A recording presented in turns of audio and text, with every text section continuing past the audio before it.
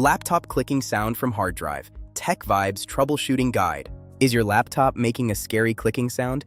It feels like a ticking time bomb for your data, but don't panic. I will show you how to fix it at home. Leave a comment if you need help, and please subscribe to Tech Vibes. First, check your power supply. Try running the laptop without the battery to see if the clicking stops. Next, check your BIOS.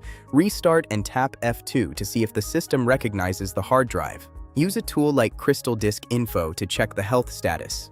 If it says caution or bad, your drive is failing. Most importantly, back up your data.